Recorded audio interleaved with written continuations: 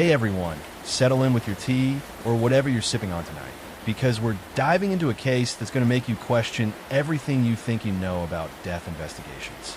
This is the story of Ellen Greenberg, and I promise you, by the end of this, you're going to be as frustrated as I am. So let's start at the beginning, because Ellen deserves to be remembered as more than just a headline. Ellen Ray Greenberg was born on June 23, 1983, to Josh and Sandy Greenberg in Harrisburg, Pennsylvania. And here's something beautiful about her family history that I think sets the stage for understanding why her parents have fought so hard for her. Ellen's grandmother was a Holocaust survivor. Her grandmother was just 6 years old when she watched her father get shot by a Nazi soldier.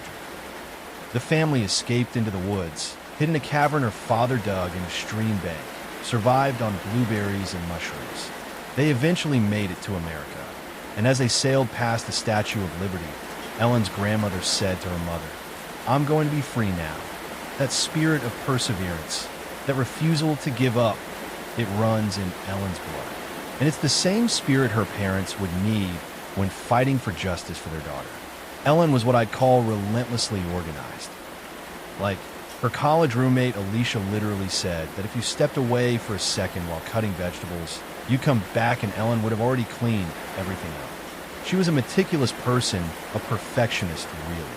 She played tennis in high school, and her dad noticed she didn't smash the ball. She just kept returning shots, returning, biding her time, waiting for her chance. He called her a human backboard.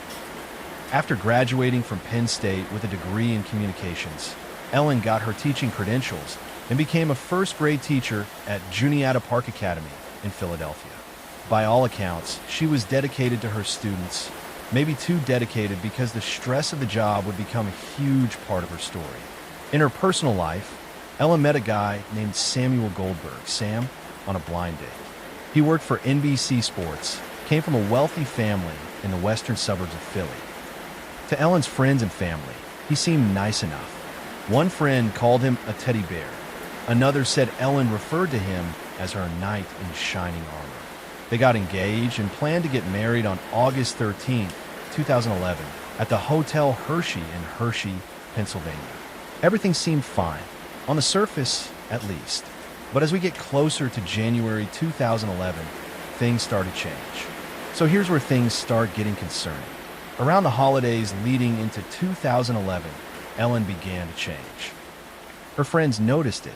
Her family noticed it. She became anxious, overwhelmed, less eager to appear in photographs. She talked to a cousin about maybe moving in her guest room, but didn't say why. She asked her dad if she could come home to Harrisburg again, didn't say why. Her friend Allison Stern noticed Ellen's relationship with Sam was different too.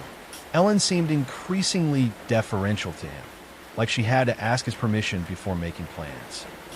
At a party, Allison saw Ellen following Sam around like a puppy, which was not the confident, independent Ellen she knew. And then there were these moments that, looking back, seemed so significant. Ellen once asked her dad, "Would you still love me if I was crazy?" She had a cousin who was going to a dermatologist for a mark on her back, and Ellen immediately knew what to recommend: Dermablend, this heavy-duty makeup that can cover blemishes. Why would a young woman in her 20s need to know about industrial-strength concealer? The stress at work was mounting too. She was teaching first grade in a tough Philadelphia school, and she was worried about failing grades she'd have to give to some students.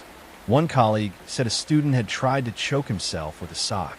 Ellen was particularly afraid of one student's mother, worried the woman might come after her when report cards came out.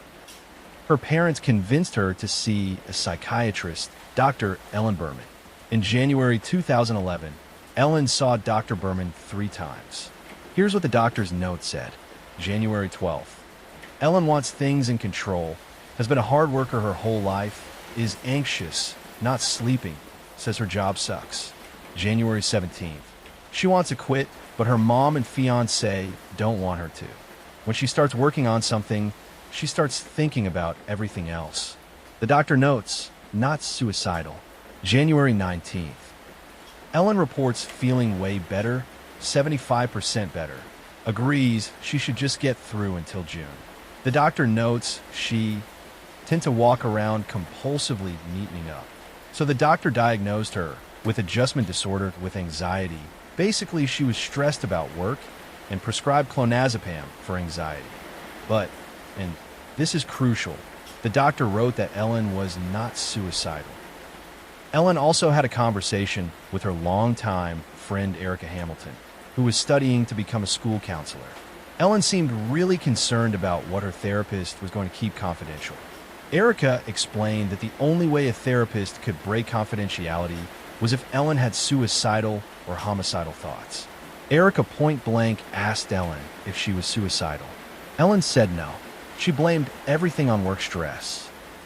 But Erica remembers saying later, "Looking back now, I can tell that was not what she was stressed about." On January 22nd, just 4 days before her death, Ellen met up with her friend Allison to pick out bridesmaid dresses. Allison said Ellen was visibly disheveled. Her hair wasn't done the way it usually was. In the dressing room, tears came to Ellen's eyes. Where a friend asked what was wrong, Ellen said, Nothing, I'm fine. It's your day. I'm going to get it together." Something was very, very wrong, but Ellen wasn't talking about it. All right, so let's talk about January 26th, 2011. It's snowing in Philadelphia. Not just a little dusting. We're talking a full-on nor'easter snowstorm. School closes early. Ellen's colleague Bruce Stern helped her clean the snow off her car in the parking lot. Ellen was worried about those report cards coming out, particularly about that one parent.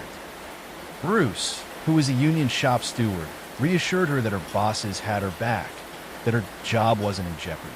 He told her to just calm down, relax. They probably wouldn't even have school the next day. Ellen went home to the Venice Lofts apartment complex in the Manayunk neighborhood, a 6th-floor apartment she shared with Sam. According to Sam's later statements to police, Ellen was very stressed about work when she got home in the early afternoon.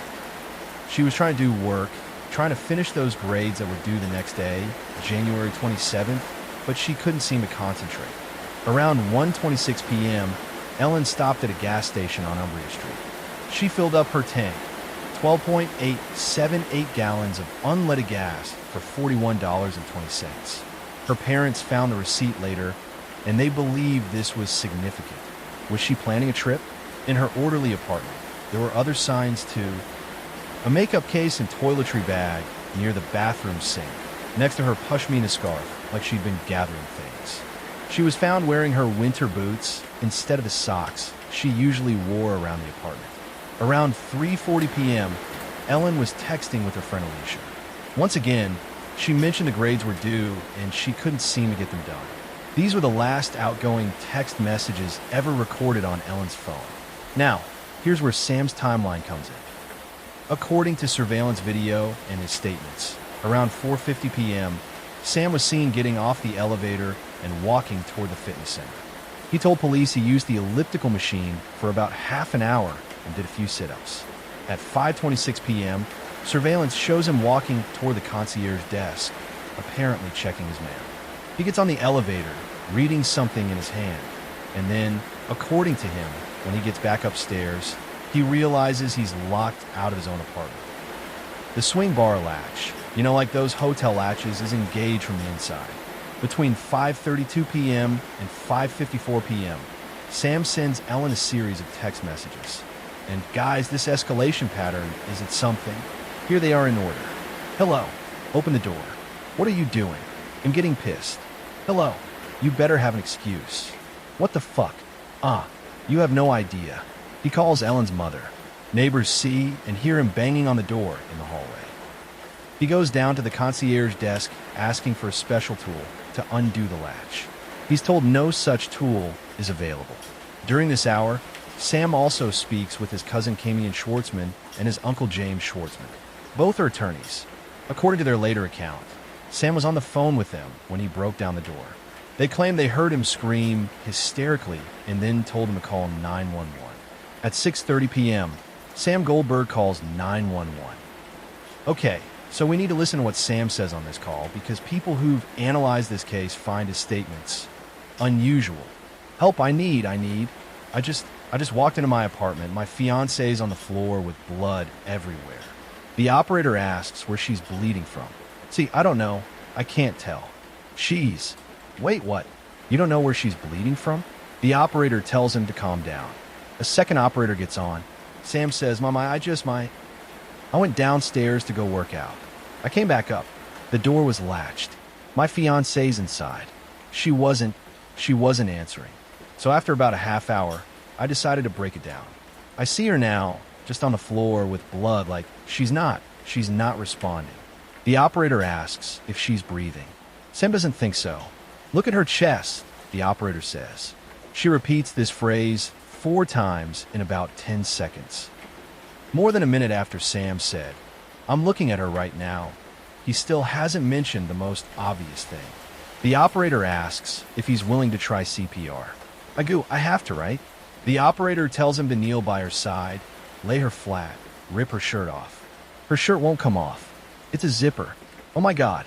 She stabbed herself. Where? The operator asks. She fell on a knife. Oh no. Her knife's sticking out. Her what?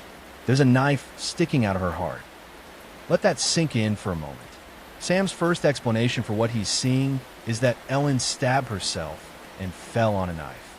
When the police arrive, they pronounce Ellen dead at approximately 6:40 p.m. She has 20 stab wounds. 20. 10 of them are to her back and neck. She also has 11 bruises in various stages of healing on her right arm, abdomen, and right leg. 1 wound went through her chest muscles and pierced her liver. 1 cut her aorta. She lost more than a quart of blood. 1 cut through the membrane surrounding her spinal column. Another went more than 3 inches deep near the base of her skull, causing bleeding in her brain. And here's what makes this case absolutely insane. The police, from the very beginning, treat this as a suicide. They don't call in the crime scene unit. They eventually let the apartment get professionally cleaned. Evidence is lost forever. The next day, January 27th, 2011, Dr. Marlon Osborne performs Ellen's autopsy. He notes the 20 stab wounds and the 11 bruises. He writes that Ellen was stabbed by another person. He rules her death a homicide. But then something bizarre happens. The Philadelphia Police Department meets with Dr. Osborne and the chief medical examiner. They present their evidence, including information that Ellen had mental health issues, that the door was supposedly latched from the inside, and that Sam was supposedly with a security guard when he broke down the door. For months later, in April 2011, Dr. Osborne changes his ruling. Ellen's death is now officially a suicide. The city of Philadelphia closes the case without further investigation. Ellen's parents, Josh and Sandy Greenberg, absolutely do not believe their daughter killed herself. And so begins what would become a 14-year fight for justice. The Greenbergs hire their own experts. They hire forensic pathologists, a crime scene expert, a retired state police investigator. They spend over $700,000. They file 2 lawsuits. And what these experts find is absolutely damning. Dr. Wayne Ross, a forensic pathologist who's performed over 13,000 autopsies, reviews Ellen's case. He examines photos from her autopsy and sees what he believes are signs of strangulation. Finger marks on her neck, bruising in the neck muscles that wasn't mentioned in Osborne's original report. When Dr. Osborne is shown these same photos in his 2021 deposition, he appears to see the hemorrhaging too. But this injury was never noted in his official report. And here's where it gets even worse. Documents surface showing that Dr. Osborne had been reprimanded by his supervisor in 2012 for errors and discrepancies in his work, some of which were very severe. In one case, the supervisor wrote that Osborne had missed evidence of strangulation and incorrectly ruled a clear homicide as something else. The supervisor's memo said, "Review of the photographs and circumstances clearly shows that there is evidence of strangulation and that the manner of death is a homicide. The autopsy photographs clearly show a ligature mark around the neck. If Osborne missed evidence of strangulation in the Ellen Greenberg case, it wouldn't have been the first time." The Greenberg's experts also create 3D models of Ellen's wounds using photogrammetry.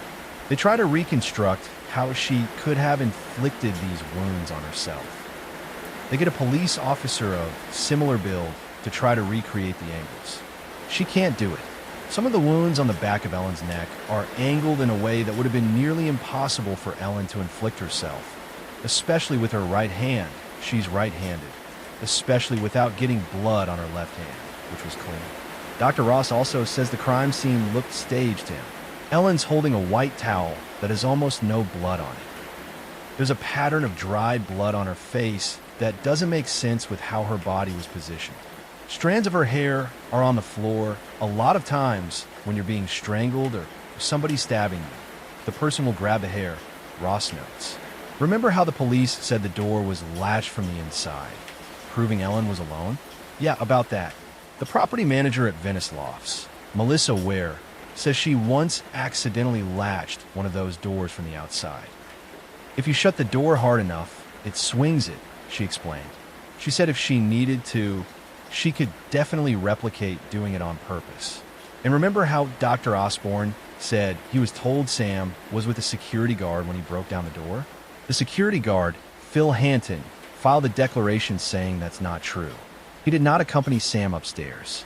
Surveillance video confirms this. It shows Sam getting on the elevator alone. So if that information was false, where did it come from? If police told the medical examiner this false information, it might have been a key factor in changing the ruling from homicide to suicide. There's also the issue of the phone records. Sam's relatives claim he was on the phone with them, his cousin and uncle, both attorneys, when he broke down the door around 6:29 p.m. They say they heard him scream, but the phone records tell a different story. At 6:26 p.m., Sam got a call from his uncle's landline that lasted 1 minute and 12 seconds. By 6:29 p.m., when Sam claims he broke down the door, that call had been over for about 2 minutes. The timeline doesn't match their account. This is the second time someone tried to provide a witness for the moment Sam entered the apartment, and the second time those claims were contradicted by evidence. Let me walk you through some of the other issues with this case, because there are so many. The bruises. Ellen had 11 documented bruises in various stages of healing. The medical examiner noted them. Photographs show them clearly. They suggest she'd been injured over days or weeks. One outside pathologist said they were consistent with a repeated beating. Ellen had recommended that heavy-duty concealer makeup to her cousin. Was she covering bruises? The psychiatrist notes say Ellen had worked stress and anxiety.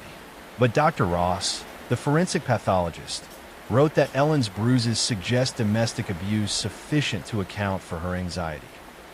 And here's what's absolutely mind-blowing. Despite these 11 bruises, there's no indication that Philadelphia police ever tried to determine their origin. When asked about them in a deposition, Sergeant Timothy Cooney said he couldn't explain them and that it would be a medical question. When Dr. Osborne was asked, he said he had asked the investigator to follow up about them, but didn't think they ever successfully talked to Sam about them. In fact, when Detective Willie Sierra interviewed Sam Goldberg on February 6, 2011, with Sam's high-powered criminal defense attorney present, there is no mention of Ellen's bruises in the 5-page transcript. The police apparently never asked Sam about them. The computer searches. Initially, police said they found nothing remarkable on Ellen's computers or phone. No suicide note. No suicide-related searches.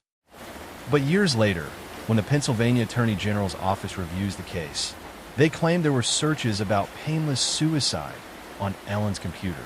The problem? The chain of custody for Ellen's electronics was broken. Sam's uncle, attorney James Schwartzman, took possession of Ellen's iPhone and computers before turning them over to police. And the police initially said they found nothing. So when did these alleged searches appear? How do we know Ellen made them? How do we know they weren't added or planted? Guy D'Andrea, a former prosecutor who reviewed the case, said when the AG's office mentioned these searches to him, he replied, 1. How do you know it was searched by Ellen? 2. It's a bizarre way to kill yourself if your searches are for painless suicide. 20 stab wounds, 10 to the back and neck, is not a painless way to die. The neuropathology, this gets technical, but stay with me because it's important. One of the wounds went through the membrane next to Ellen's spinal cord.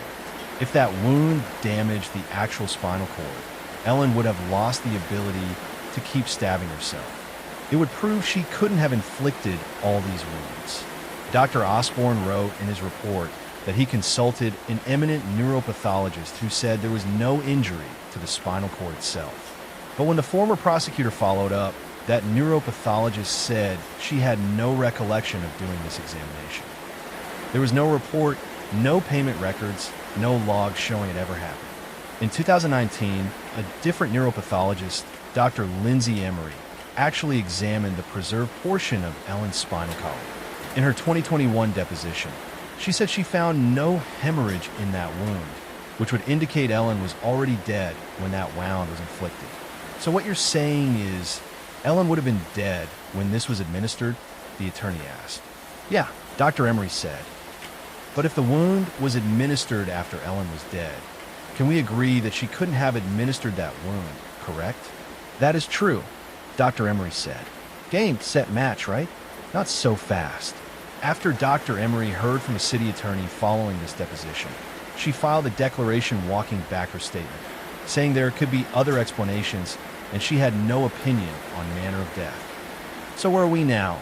In December 2024, Dr. Marlon Osborne, the pathologist who originally ruled Ellen's death a homicide, then changed it to suicide, signed a document in early 2024 saying he's changed his mind again. He no longer believes Ellen killed herself. The Greenbergs settled their claims against him. But get this, in October 2024, Philadelphia's chief medical examiner, Dr. Lindsay Simon, issued a 32-page report reaffirming that Ellen's death was a suicide. She said Ellen was capable of inflicting these injuries herself, that many were hesitation wounds, and that Ellen was suffering from anxiety at the time of her death. Ellen's family attorney called the report a deeply flawed attempt to justify a predetermined conclusion that builds a flimsy case on distorted portrayals of Ellen's mental health. The Greenbergs' lawsuits continue. They've spent over $700,000 fighting for their daughter. They're now in their 14th year of this battle. They just want the ruling changed from suicide to homicide or undetermined, and they want a real investigation. More than 166,000 people have signed a petition demanding justice for Ellen Greenberg. Josh Shapiro, who was Pennsylvania's Attorney General when his office reviewed and affirmed the suicide ruling, is now the state's governor. He's declined to comment on the case. Ellen's parents, now in their 70s and living in Florida, told a reporter they wake up every day wondering what will happen next. I feel like every day we get closer to the truth, Sandy said. Josh said, I want justice for Ellen. I want to see that before I die. That she's exonerated, that she did not commit suicide. And the police open an investigation with an unbiased team. So there you have it.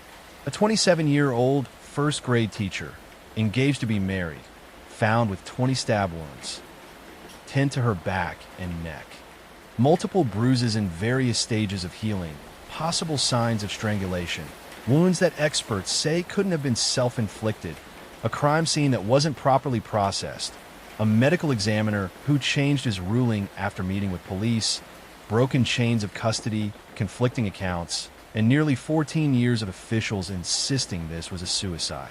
Whatever happened in apartment 603 on January 26, 2011, Ellen Greenberg deserves better than what she got. She deserves a thorough, unbiased investigation. She deserves to have all the evidence examined by people without a vested interest in maintaining the original ruling. She deserves justice. Sleep well, everyone, or try to anyway, because this case should keep us all awake at night until someone gets it right. Rest in peace, Ellen Greenberg. Your story will not be forgotten. Story 2. Hey there, friends. Get comfortable, maybe grab a blanket, because tonight we're diving into one of Australia's most fascinating mysteries, a case that baffled investigators for over 70 years. This is the story of the Somerton Man, also known as the Tam Am Shit case. Picture this. It's December 1st, 1948, on a beautiful beach in Adelaide, Australia, called Somerton Park. The morning sun is just coming up, and people are starting their daily beach walks. And that's when they find him. A well-dressed man, slumped against a seawall, looking almost like he'd just fallen asleep. But he hadn't. He was dead. Now, what makes this case so incredibly intriguing isn't just the mysterious death itself. It's everything that came after. The clues that led nowhere. The secret codes. The beautiful nurse with secrets. The missing identity. For 74 years, nobody knew who this man was or how he died. And honestly, even now that we know his name, so many questions remain unanswered. So tonight, I'm going to walk you through this entire mystery, step by step. We'll explore every strange detail, every dead-end lead, and eventually, the DNA breakthrough that finally gave this man back his name. Let's begin. Let me set the scene properly. It's actually the evening of November 30th, 1948, the night before our mystery man was discovered. A couple, John Bain Lyons and his wife, were taking a romantic evening stroll along Summern Beach. It was around 7 p.m., and the sun was setting over the water. That's when they noticed a man lying against the seawall about 60 feet away. His legs were crossed, kind of casually, like he was just relaxing after a long day. As they watched, he raised his right arm weakly, then let it drop back down. Now, here's the thing. The couple thought he was drunk. It was a beach, it was evening, and this guy looked like he'd had too much to drink and was sleeping it off. So they didn't think much of it and continued their walk. Totally understandable, right? But the next morning, everything changed. At around 6:30 a.m. on December 1st, another person was taking their morning walk along the same beach. And that's when they realized that man from last night, he was still there in almost the exact same position. Still propped up against the seawall, legs still crossed. But now he was cold, very cold, because he wasn't sleeping or drunk. He was dead. The police were called immediately, and when they arrived, they started documenting everything. And this is where things get weird, friends. Like really weird. The man was impeccably dressed. We're talking a nice suit, polished shoes, a tie, the whole 9 yards. He looked like someone who took care of himself. His clothing wasn't cheap either. But here's the strange part. Every single identification label had been cut out of his clothes. The tags on his jacket, snipped. His shirt, cut out. Even his pants, anything that might tell you where these clothes came from or who might have bought them, was completely removed. Resting on his collar was a half-smoked cigarette. Not in his mouth, not fallen to the ground. Just perched there on his collar, like it had slipped from his lips as he died. In his pockets, they found an unused train ticket from Adelaide to Henley Beach, a bus ticket from Adelaide to Glenelg, which may or may not have been used, a pack of juicy fruit chewing gum, some matches, an aluminum comb, a pack of Army Club cigarettes, but inside were 7 cigarettes of a different, more expensive brand called Kensitas. No wallet, no identification, no money, nothing with his name on it. The police took his fingerprints and sent them everywhere, to every police department in Australia, to Scotland Yard, even to the FBI. Nobody had a match. This man, whoever he was, had never been fingerprinted before, or if he had been, those records didn't exist or weren't accessible. The body was taken to the Royal Adelaide Hospital, where Dr. John Barclay Bennett examined it. Based on the state of rigor mortis, he estimated the time of death was around 2 a.m. However, he noted something important. If poison was involved, it could affect the progression of rigor mortis, making this estimate unreliable. Dr. Bennett's report listed the cause of death as heart failure, possibly caused by poisoning. But here's where it gets really interesting. The autopsy revealed some concerning findings. The man had blood in his stomach, which suggested poison. His spleen was unusually large, about 3 times normal size. His liver and stomach showed congestion. All signs pointed to some kind of toxic substance. But when they tested for poisons, nothing. The deputy government analyst, R.J. Cowan, tested the stomach contents, liver, urine, and blood for every common poison they knew. Cyanides, alkaloids, barbiturates, carbolic acid. Everything came back negative. Cowan made a statement that would haunt this case for decades. He said, and I quote, "If he did die from poison, I think it would be a very rare poison." Think about that. We're talking about a poison so exotic, so unusual, that it either doesn't show up on tests or breaks down in the body, so it can't be detected. The kind of thing you might read about in spy novels. And speaking of spy novels, let me give you some context here. It's 1948. World War II just ended 3 years ago. The Cold War is heating up. Tensions between Western nations and the Soviet Union are at an all-time high. Espionage is everywhere. Secret agents, coded messages, mysterious deaths. This is the world these investigators were living in. So when they found this unidentified man dead from a possible exotic poison, with all his identifying marks removed, well, you can understand why people's minds went straight to espionage. But we're getting ahead of ourselves, because 6 months later, they found something that made this case even stranger. In June 1949, 6 months after the body was discovered, the police were doing yet another search of the man's belongings. And this time, they found something they'd missed before. Hidden in a small, secret fob pocket sewn into the waistband of his trousers was a tiny scrap of paper, tightly rolled up. When they unrolled it, they saw 2 words printed in an elegant script, Tam should. Now, Frank Kennedy, a police reporter for the Adelaide Advertiser, immediately recognized these words. They were Persian, from a famous book of poetry called The Rubaiyat of Omar Khayyam, a 12th century collection that had become quite popular in Australia during and after the war. Tam should translates to "it is ended" or "it is finished." And these words appear on the very last page of the Rubaiyat. The piece of paper had been torn from a book. So now the police had a new mission: find that book. The police made a public appeal. Has anyone found a copy of the Rubaiyat with the last page torn out? And wouldn't you know it, someone had.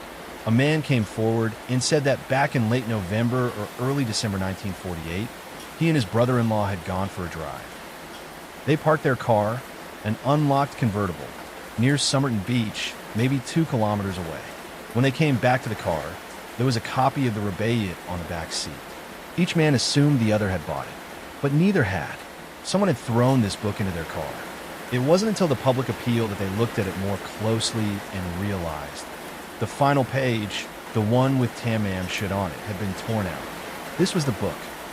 When Detective Sergeant Lionel Lean examined the book, he found something extraordinary. On the back cover, written in pencil, were 5 lines of what appeared to be code. Mergoabab, Bimpenet, Mliawi, Bimpenet.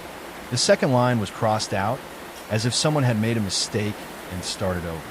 Nobody could crack this code. Not the police, not professional cryptographers, not the military.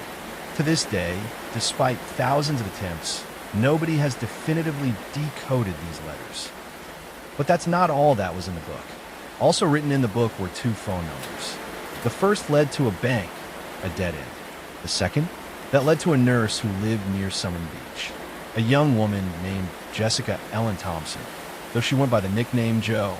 For decades, to protect her identity, she was referred to in media reports as Jestin. The police tracked down Jessica Thompson and asked to speak with her. She was reluctant, very reluctant, but eventually agreed. When they showed her the plaster cast they'd made of the dead man's face, more on that in a moment, something interesting happened. According to some reports, she looked shocked, like she might faint, but she denied knowing the man. However, she did admit to owning a copy of the Rubaiyat. In fact, she'd given it as a gift to a man during the war, an Australian Army lieutenant named Alfred Boxall. The police thought they'd cracked it. The dead man must be Alfred Boxall. They tracked Boxall down in Sydney, and when they found him, he was very much alive.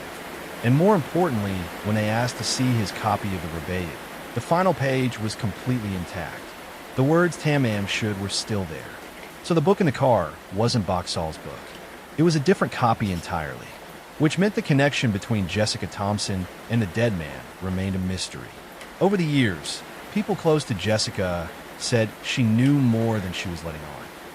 Her daughter, Kate, said in interviews decades later that her mother once admitted she knew who the Somerton man was but chose to keep it a secret. Why? Nobody knows. Was she protecting someone? Was she involved in something she couldn't talk about? Did she have an affair with this man? Adding to the intrigue, Jessica's son, Robin, was born in 1949, shortly after the Somerton man's death. For years, people speculated that Robin might be the dead man's son, especially because Robin had a very rare genetic trait, a specific ear formation that the Somerton man also had. But here's where modern science comes in. When DNA testing finally became available, they tested Robin's DNA against the Summerton man's. No match. Robin was Prosper Thompson's son, not the mystery man's. Oh, and I haven't even told you about the suitcase yet. In January 1949, about 6 weeks after the body was found, an unclaimed brown suitcase was discovered in the cloakroom of Adelaide Railway Station. It had been checked in on November 30th, the day before the man died.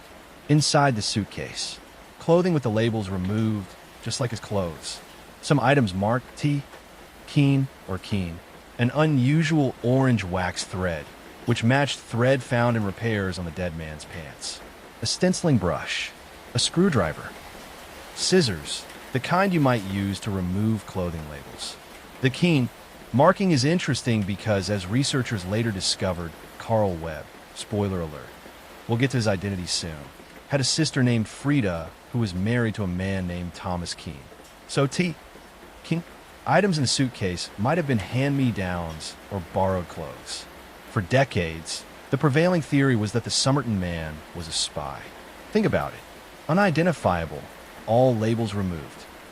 Possible exotic poison that didn't show up on tests. A coded message that couldn't be cracked. This happened during the Cold War. The Rabayit was known to be used in espionage for one-time pad ciphers. Some people believed he was a Soviet agent. Others thought he might be working for the Allies. Maybe he knew too much and was eliminated. Maybe he was betrayed. Another popular theory was the romantic one. Maybe the Summerton man was in love with Jessica Thompson.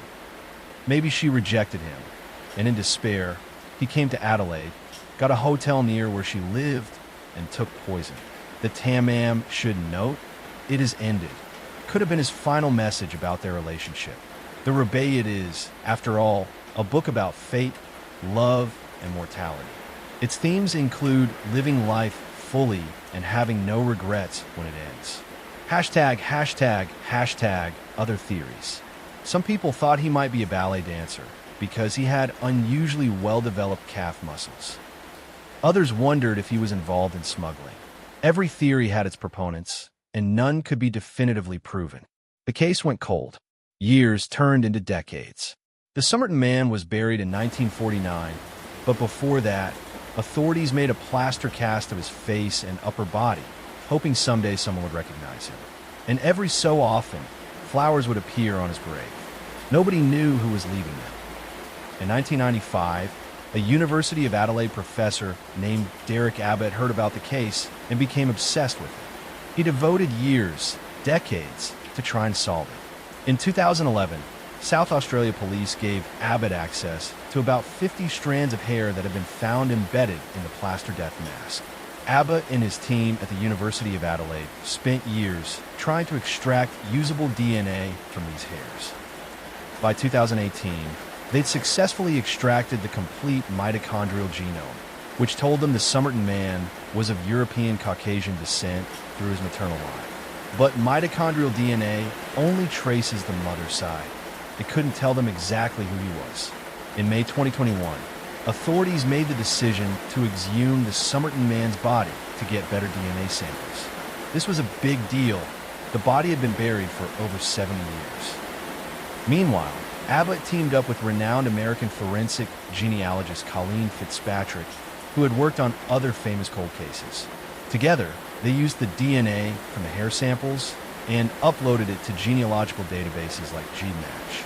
They started building family trees, connecting DNA matches to potential relatives. This is where it gets really methodical and impressive. Abbott and Fitzpatrick constructed a family tree of over 4,000 people. They were looking for someone whose biography matched what they knew about the Summerton man. Born around 1905, based on age estimates, from Melbourne or Victoria. No documented death. Disappeared from public records at around 1947 to 1948. And they found him. On July 26, 2022, Abbott and Fitzpatrick announced their findings. The Summerton man was Carl Charles Webb, an electrical engineer and instrument maker born on November 16, 1905, in Footscray, a suburb of Melbourne. Webb was the youngest of 6 children. In October 1941, he married Dorothy Jean Robertson, who worked as a foot specialist, also called a chiropodist.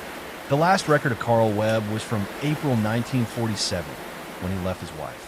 In October 1951, 3 years after the Somerton man's death, Dorothy filed for divorce on the grounds of desertion.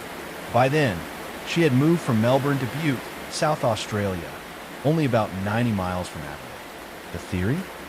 Webb may have been trying to find his estranged wife. Maybe to reconcile, maybe to finalize things. Nobody knows. So what does Webb's identification tell us about all those mysteries? The code in the book? Abbott believes it might have been related to Webb's hobby, betting on horses.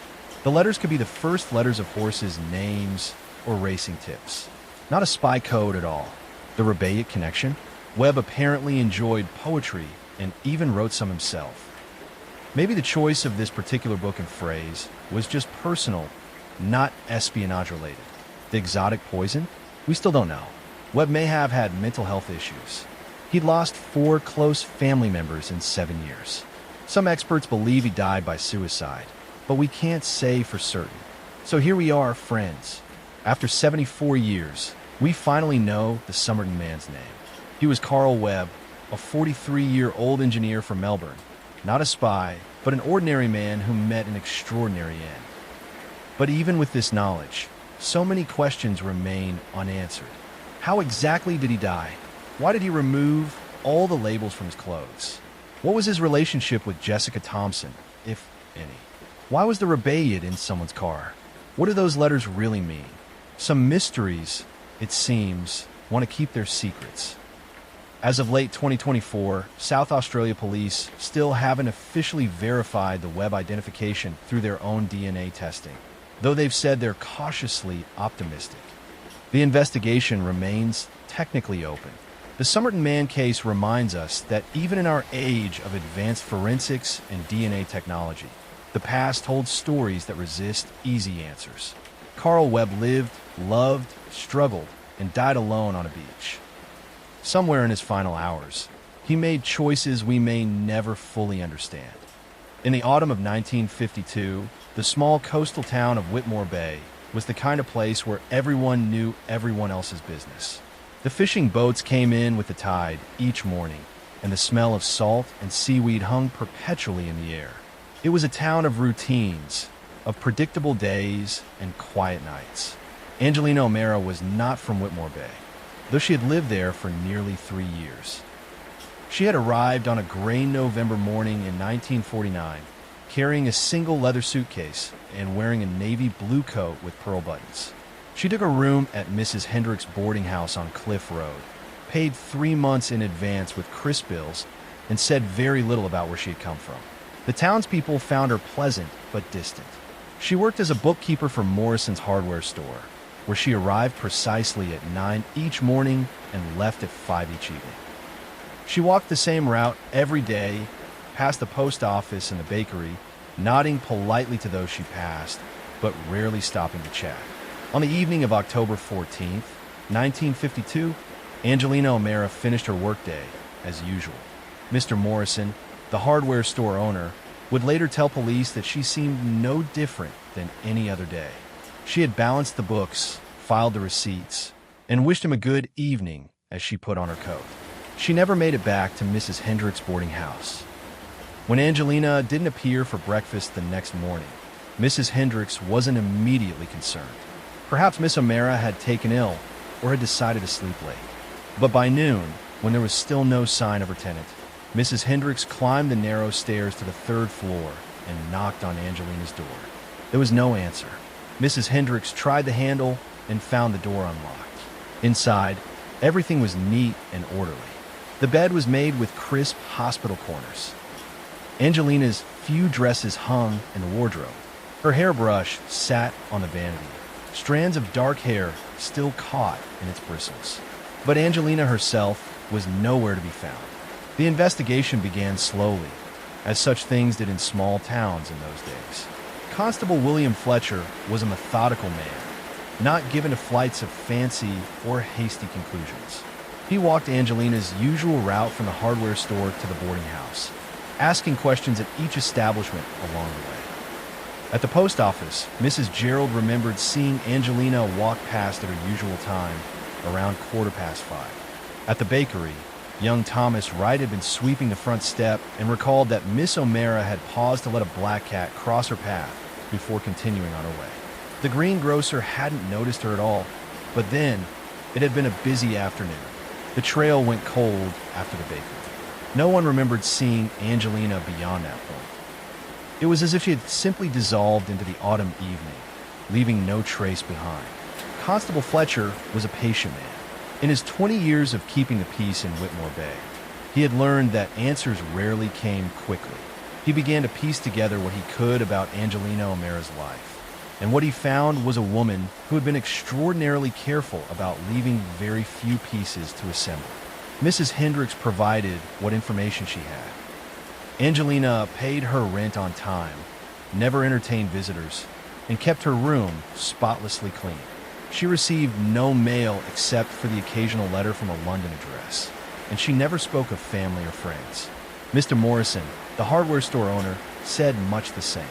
Angelina was an excellent bookkeeper, accurate and reliable. She never made mistakes with the accounts. She never took sick days. She was in every way the perfect employee. But he knew nothing of her life outside those working hours. Fletcher sent inquiries to the London address from which Angelina had received letters. The letters came back marked "Return to sender," no longer at this address. He checked with the post office for records of where Angelina might have forwarded mail when she first arrived in Whitmore Bay. There were no such records. It was as if Angelina O'Mara had appeared fully formed 3 years prior, with no past and no connections to anyone or anything beyond the small radius of her daily routine. The constable interviewed everyone who might have seen something that evening. The fishermen who had been mending nets by the harbor, the vicar who had been locking up the church, the teenage boys who gathered behind the fish and chip shop. No one had seen anything unusual. No one had heard any cry for help or sound of struggle. Fletcher examined Angelina's room again, more carefully this time. He went through her belongings with meticulous attention. There were 5 dresses, all well made, but several years out of fashion. There were 2 pairs of shoes, both sensible and worn. There was a small jewelry box containing a silver locket with no photograph inside, a pair of pearl earrings, and a simple gold band that might have been a wedding ring. In the drawer of her nightstand, Fletcher found a collection of newspaper clippings. They were from various London papers, dated between 1947 and 1949. Most were mundane articles about post-war reconstruction efforts, food rationing, and the occasional society event. But 3 of the clippings were different. They were about a trial. The trial of Marcus Pemberton for the murder of his business partner, James Hartley, in the summer of 1949. Fletcher read through the clippings carefully. Pemberton had been a successful solicitor with offices in Bloomsbury. Hartley had been his partner for 15 years. According to the prosecution, Pemberton had discovered that Hartley was embezzling from their clients and, in a rage, had struck him with a brass candlestick. Hartley had died from his injuries 3 days later. The trial had been sensational, covered extensively in the London papers. Pemberton maintained his innocence throughout, but the evidence against him was substantial. He was found guilty and sentenced to hang. The sentence was carried out in September of 1949. Fletcher noted the date. Angelina O'Mara had arrived in Whitmore Bay in November of 1949, just 2 months after Marcus Pemberton's execution. He sent more inquiries to London, this time asking about Marcus Pemberton and James Hartley. The response came back 3 weeks later, and it included a detail that made Fletcher's careful, methodical mind pause with interest. Marcus Pemberton had been married. His wife's name was Angelina Pemberton, née O'Mara. The pieces were beginning to form a picture, though it was still unclear and filled with shadows. Constable Fletcher traveled to London himself, taking the train through the gray November countryside. He needed to understand who Angelina O'Mara really was, and why she had hidden herself away in Whitmore Bay. In London, he visited the offices where Pemberton and Hartley had once conducted their legal practice. The space was now occupied by a shipping firm, but the building manager remembered the scandal. Everyone in the neighborhood had talked of little else for months. Fletcher found the boarding house where Angelina had lived after her husband's arrest. The landlady, a Mrs. Talbot, remembered her well. Such a tragic figure, Mrs. Talbot said, pouring tea in her cluttered sitting room. She maintained that her husband was innocent right up until the end. Even after they hanged him, she insisted someone had framed him. Did she say who? Fletcher asked. Mrs. Talbot shook her head. She became quite obsessed with it. She would spend hours at the public library, reading through trial transcripts and police reports. She tried to get the newspapers interested in reopening the case, but of course, no one would listen to the widow of a convicted murderer. When did she leave London? Shortly after the execution.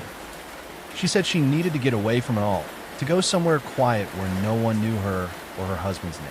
I can't say I blamed her. People can be terribly cruel. Fletcher visited the courthouse and obtained copies of the trial transcripts.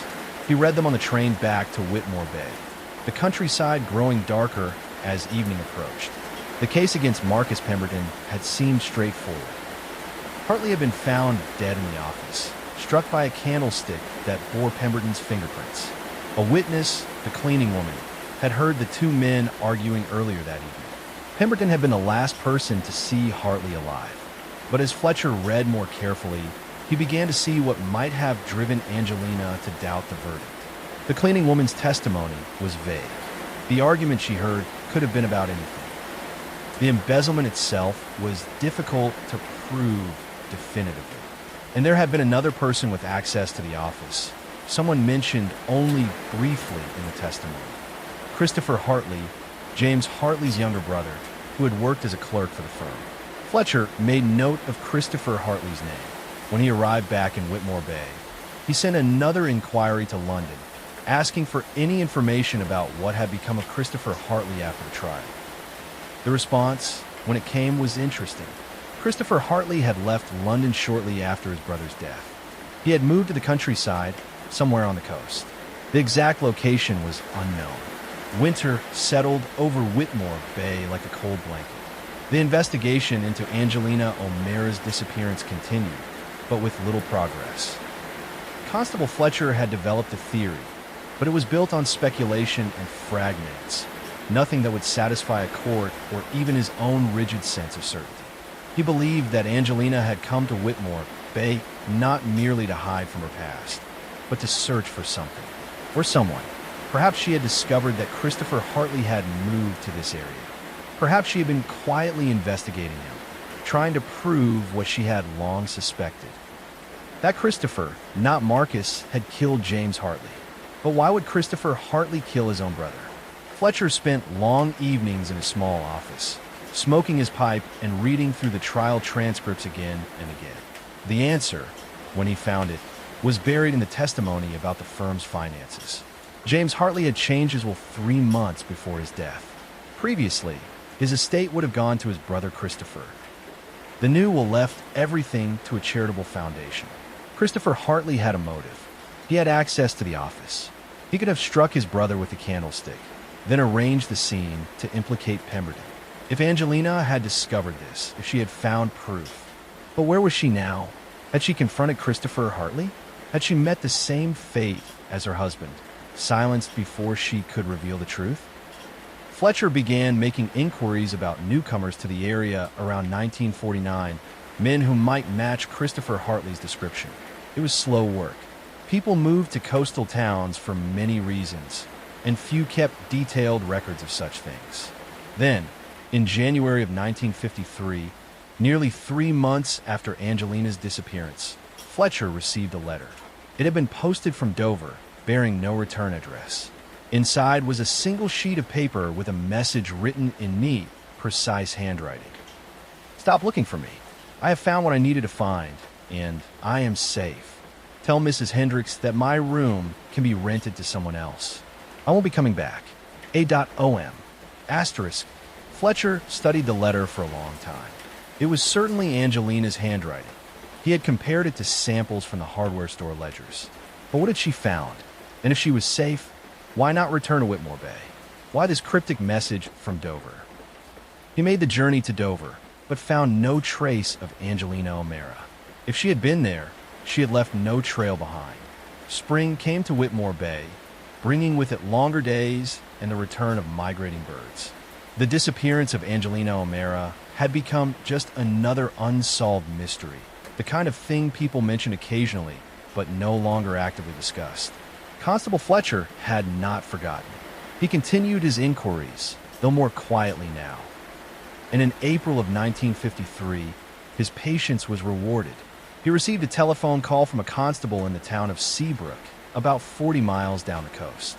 A man named Christopher Hartford had been arrested for attempting to board a ship to France with a large quantity of cash and several forged identity documents. During questioning, Hartford had become agitated and had made several incriminating statements about silencing someone who knew too much. Fletcher took the train to Seabrook immediately. Christopher Hartford was, as he had suspected, actually Christopher Hartley. And after hours of questioning, Hartley finally confessed, not to one murder, but to two. He had indeed killed his brother James in 1949, driven by rage and desperation after learning of the changed will. He had carefully arranged the scene to implicate Marcus Pemberton, knowing that the police would find Pemberton's fingerprints on the candlestick since Pemberton had handled it just that afternoon during a discussion about office renovations. After Pemberton's execution, Christopher had changed his name and moved to the coast, believing himself safe. He had lived quietly, working as a clerk in a shipping office, never drawing attention to himself. But Angelina had found him. Fletcher never learned exactly how she had tracked him down, but track him down she had. In October of 1952, she had confronted him with her suspicions and evidence she had gathered over 3 years of patient investigation. Christopher Hartley had panicked. On the evening of October 14th, he had intercepted Angelina on her walk home from work, somewhere on the lonely stretch of road between the bakery and Mrs. Hendrick's boarding house. He had forced her into his motor car and driven her to a secluded spot near the cliffs. What happened next was something Hartley described with little emotion, as if he were recounting a mundane business transaction. He had killed Angelina O'Mara and disposed of her body in the sea. He had then tried to continue his quiet life, but the guilt and fear had eaten at him until he decided to flee the country entirely. The trial of Christopher Hartley for the murder of Angelina O'Mara took place in the summer of 1953. It was a somber affair, without the sensational elements that had characterized his brother's murder trial 4 years earlier. The evidence was substantial. Hartley's confession was detailed and damning. He was found guilty and sentenced to hang, just as Marcus Pemberton had been. The irony was not lost on anyone present in the courtroom. Constable Fletcher testified at the trial, describing his investigation and the patient work that had eventually led to the truth. After the verdict was read, he walked out into the summer sunshine and felt nothing but a profound sadness. Angelina O'Mara's body was never recovered from the sea. Mrs. Hendricks held a small memorial service in Whitmore Bay, attended by the few people who had known Angelina during her time there. They remembered her as a quiet woman who kept to herself, efficient at her work, polite to her neighbors, and fundamentally alone. Fletcher thought often about Angelina in the years that followed. He had solved the case of her disappearance, had brought her killer to justice, but he had failed to save her. She had spent 3 years carefully investigating her husband's murder, gathering evidence, tracking down the real killer. And in the end, her dedication to the truth had cost her everything. He kept the letter she had sent from Dover, the one that had claimed she was safe and had found what she needed to find. He was never certain whether she had written it under duress, forced by Hartley to pen a message that would stop the investigation, or whether it had been forged entirely. The handwriting matched, but such things could be imitated with patience and skill. The mystery of that letter remained with Fletcher for the rest of his life, a small unsolved detail in a case that had otherwise been closed. The case of Angelina O'Mara became something of a legend in Whitmore Bay, a cautionary tale told on dark evenings when the wind came in from the sea. People spoke of the quiet woman who had lived among them for 3 years, carrying the weight of her murdered husband's false conviction, searching in silence for the truth. Christopher Hartley was executed in September of 1953 exactly 4 years after Marcus Pemberton had been hanged for a crime he didn't commit. The symmetry was noted by the newspapers, which ran retrospective articles about the case, examining how the initial investigation had gone so wrong. Marcus Pemberton was posthumously exonerated, though the gesture came too late to return his life or repair his reputation. His name was quietly removed from the list of convicted murderers, added instead to the rolls of those wrongly executed by the state. Fletcher retired from his position as constable in 1960. He spent his remaining years in a small cottage overlooking the sea, often walking the same route that Angelina had walked every evening. Sometimes, passing the spot where she must have been taken, he would pause and look out the water, thinking about how close she had come to vindicating her husband, and how cruel it was that she had never lived to see that vindication realized. In his papers, found after his death in 1972, was a folder containing all the documents related to the Angelina O'Mara case. Tucked inside was a note written in Fletcher's careful hand.